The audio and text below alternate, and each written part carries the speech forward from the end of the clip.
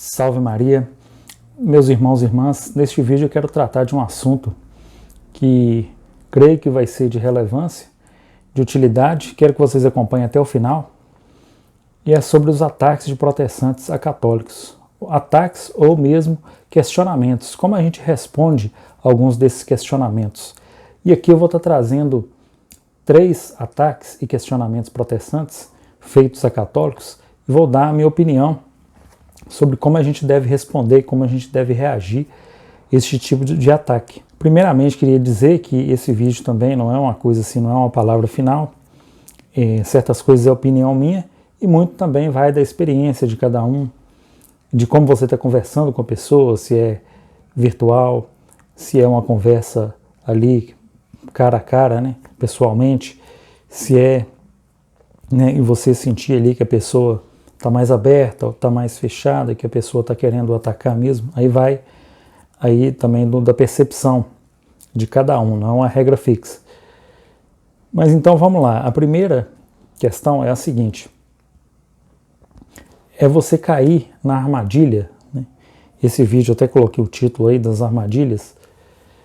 Qual que é a armadilha protestante? A primeira armadilha geralmente é ter a premissa de somente a Bíblia, né? Me mostre na Bíblia.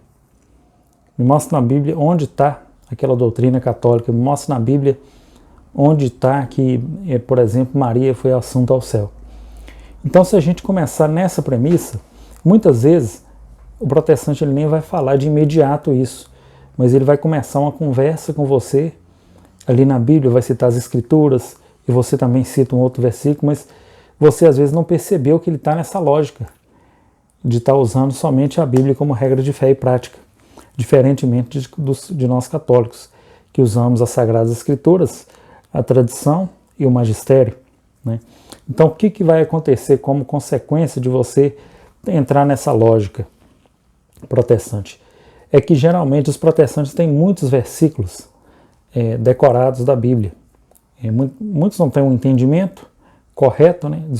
Muitas vezes distorcidos desses versículos, mas eles têm na ponta da língua ali um versículo, né?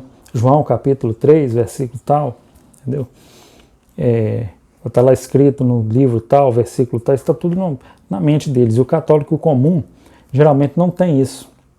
Esse é um artigo que eu estava lendo até no site católico, o Fiel Católico tem um artigo falando sobre isso, eu concordei com eles nesse ponto. E realmente, meus irmãos, você cai ali no terreno do inimigo, vamos dizer assim. Você cai ali e eles vão te dar um versículo, outro, aí você tenta responder, né? Pode ser que dê certo, né? Por exemplo, a questão das imagens, lá do Êxodo 20 vai estar falando que proibiu imagens, mas Êxodo 25 já fala, Deus já fala para fazer imagens. Mas aí eles já vão colocar uma outra interpretação por cima, já vão tentar desviar do foco, e ali vai ficar somente nas Escrituras. Entendeu? Se não for uma pessoa biblista, né, que entenda muito de Bíblia, um teólogo, provavelmente aquele debate, aquele diálogo não vai ter sucesso. Né? Porque você está se rebaixando, você tem a sagrada tradição, o magistério e as Escrituras, e você rebaixou ali a discutir somente as Escrituras. Algumas pessoas, né, eles têm essa opinião, que com o protestante deve ter essa conversa, porque os protestantes não aceitam a tradição, então nós deveríamos conversar com eles dessa forma, né, baseado somente na Bíblia. Eu particularmente não concordo. Mas como eu disse, vai da situação, mas eu particularmente não concordo. Eu gosto de questionar primeiro isso, onde está escrito na Bíblia que somente ela é a regra de fé e prática. A partir desse questionamento, se esse protestante, essa pessoa for sincera, ela vai reconhecer que não existe, e aí ela vai para outro argumento. Qual é o argumento dela que ela vai tentar usar? Que a doutrina católica está contra as Escrituras. Aí realmente não pode, né? A doutrina católica não pode estar contra as Escrituras. Mas aí você já vai desenvolver de um outro ponto de vista o seu argumento.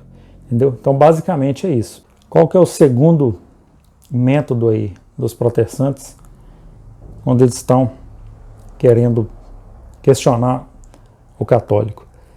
Eles costumam usar uma coisa que a gente chama assim de como se fosse uma metralhadora de ataques, né?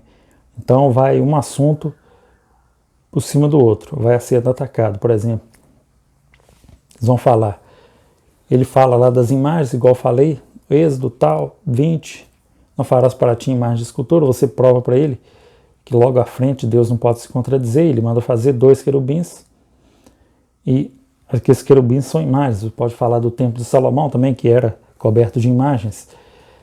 Aí ele viu, mais ou menos assim, que você teve um argumento, ele vai querer partir para outro assunto. Mas Maria não pode interceder por ninguém. Aí você tenta explicar alguma coisa ali, ele já vai para outra coisa. Ah, não, mas a Inquisição matou milhões de pessoas, por exemplo. Ai, mas aí você tenta explicar alguma coisa e você não vai conseguir, provavelmente, porque são muitos assuntos que demandariam muito tempo, e ele vai só falando uma coisa, você está ali sufocado, você não vai conseguir resposta. Mas tem as cruzadas, tem não sei o que, o Papa, os erros dos papas, tem a confissão, que não pode se confessar com homem, tem não sei o que, aí ele vai falar um monte de coisa, uma atrás da outra. Geralmente as pessoas assim, eles não estão querendo um diálogo, né? Eles estão querendo realmente somente atacar, entendeu? Não é muito o questionamento, não é muito o aprendizado, ver o outro lado, não. Geralmente essas pessoas estão querendo mesmo atacar a fé. Então o que você poderia fazer? Nós vamos pegar um assunto aqui separado, né? Talvez não seja um momento naquela hora que você está conversando, e vamos marcar aí um momento para a gente discutir esse assunto em específico. Se você vê que vale a pena também, né? Se você vê que vale a pena você conversar com aquele protestante, se você sentir que vale a pena, porque tem muitos protestantes que estão se convertendo ao catolicismo, né, pessoal? Então eu sou um ex-protestante, por exemplo, né? Que já fui, né? Quando eu fui para a Igreja Católica, eu não estava nas denominações, mas isso é outra história, né? Então você vai ter que perceber. Se for só uma pessoa que só quer atacar, não vai nem adiantar muito, né? Você vai ter que ver ali se a pessoa realmente quer aprender alguma coisa, mas geralmente não. Mas aí você pode separar um assunto e ali se preparar para aquele assunto para poder explicar à pessoa um assunto em específico. O terceiro argumento, o terceiro ataque, é proferir mentiras, é falar de coisas inexistentes que surgem na cabeça deles, que foram colocadas por pastores, por outras pessoas, coisas sem fonte histórica, sem embasamento.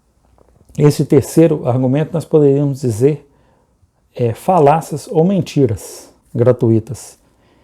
Você não precisa responder, na minha visão, esse tipo de ataque. Então, como exemplo desse tipo de ataque, o que a gente poderia falar? Eu já até falei sobre a Inquisição, poderia falar sobre o Constantino, por exemplo. Constantino, você está em algum ponto da sua argumentação que você fala que Jesus Cristo fundou a Igreja Católica, ele fala que, na verdade, não, que a Igreja Católica foi fundada por Constantino. Para uma resposta rápida, se você não tiver mais conhecimento um pouco histórico, você pode falar. Você tem que apresentar a prova que Constantino fundou a igreja. Onde você leu isso, qual o fundamento histórico que você tem disso, quais as fontes históricas, os documentos da época que afirmam esse tipo de coisa, geralmente não vai ter, eles não vão te responder e acabou por aí. Se você quiser ir mais um pouco, se você tiver um pouco mais de conhecimento, você pode tentar explicar que o Constantino, a Igreja Católica já existia antes de Constantino, né? E o termo Igreja Católica foi usado ali por Santo Inácio de Antioquia, já tinha hierarquia, já tinha bispos, a igreja perseguida, e Constantino deu liberdade aos cristãos daquela época, né? Você pode explicar se você tiver explicação mais ou menos igual eu estou te falando aqui. Vão surgir muitas outras coisas, né? De mitos, de lendas, que eles vão jogar, e que a gente não tem resposta para tudo, porque são coisas absurdas, né? A igreja mandava matar gatos, né? Na Idade Média, esse tipo de coisa. Então você tem que falar, então você prova, então. Manda uma prova histórica aí que a gente vai investigar e olhar. Que a gente não pode chegar e acusar. Cabe àquele que acusa a prova, né? Apresentar as provas. Esses são 3 ataques ou questionamentos que os protestantes geralmente fazem no intuito aí de atacar, ou às vezes de aprender, não sei, né, dependendo do nível do protestante aí, que alguns vão aprender, mas ainda tem muitos resquícios, né, daquele nervosismo quando se apresenta diante da fé católica. Então, uma opinião minha, vocês podem colocar aí nos comentários algumas coisas, ataques que vocês recebem também dos protestantes. E eu acredito que talvez possa dar uma série de vídeos, a gente possa apresentar outras estratégias que eles usam, né, para tentar denegrir a imagem da Igreja Católica. Esse foi um primeiro vídeo introdutório, para a gente ter uma noção aí. Acredito que vocês já tenham sido questionados algumas vezes sobre isso, vocês podem contar experiências aí também. E eu acredito que seja importante a gente ter uma resposta, né? A gente não ficar assim, somente naquela coisa, aceitando tudo, não. Para também, não que Deus precise de uma defesa, né, meus irmãos, mas a gente, como membro da igreja, a gente tem essa obrigação de dar a razão da nossa fé, como diz São Pedro. E é isso, meus irmãos. Espero que tenham gostado aí do vídeo. Continuem nos acompanhando. Até mais.